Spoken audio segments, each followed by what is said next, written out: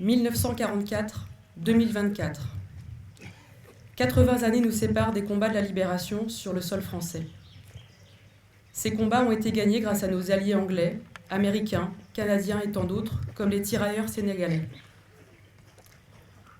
Cette libération n'a été possible que grâce à cette extraordinaire entreprise que fut le débarquement en Normandie. Mais cette libération doit aussi beaucoup à l'engagement courageux et généreux de tous nos maquisards, ces résistants que l'on appelait alors les guerriers sans uniforme, ou encore les soldats de l'ombre. C'est d'ailleurs bien ce que déclarèrent après la guerre les responsables américains, le général Eisenhower, ainsi que nombre de ses collègues, comme le chef d'état-major des armées américaines lors du débarquement, le général Marshall, dont je veux citer ces quelques mots. La résistance a dépassé toutes nos prévisions. C'est elle qui, en retardant l'arrivée des renforts allemands, a assuré le succès de nos débarquements. Sans vos troupes du maquis, tout était compromis. Dans chaque ville, chaque village, chaque famille, des souvenirs de cette Deuxième Guerre mondiale persistent. Cependant, bien des héros de cette époque, militaires ou civils, ont très peu parlé de ces moments dramatiques où tant de vies ont été sacrifiées. Les combattants engagés dans les batailles, bien sûr, mais aussi tous les autres, hommes, femmes ou enfants, victimes d'exactions ou des bombes qui tombaient à l'aveugle sur les villes, les ports, les gares ou les usines. Quel monde allons-nous laisser à nos enfants ? Quel monde laisser à ses enfants ? Cette question résonnait déjà chez les résistants au nazisme et évidemment chez nos maquisards de la forêt de Safré. Pour que leurs enfants ne vivent pas dans le manque, la peur du lendemain et le manque de tout, de pain, de liberté et d'espoir, ils ont donné leur jeunesse et risqué leur vie. 73 résistants liés à l'histoire de notre maquis de Safré sont morts.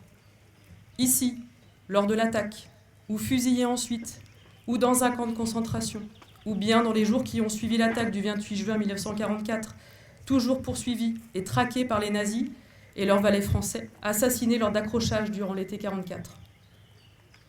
Leur exemple nous oblige.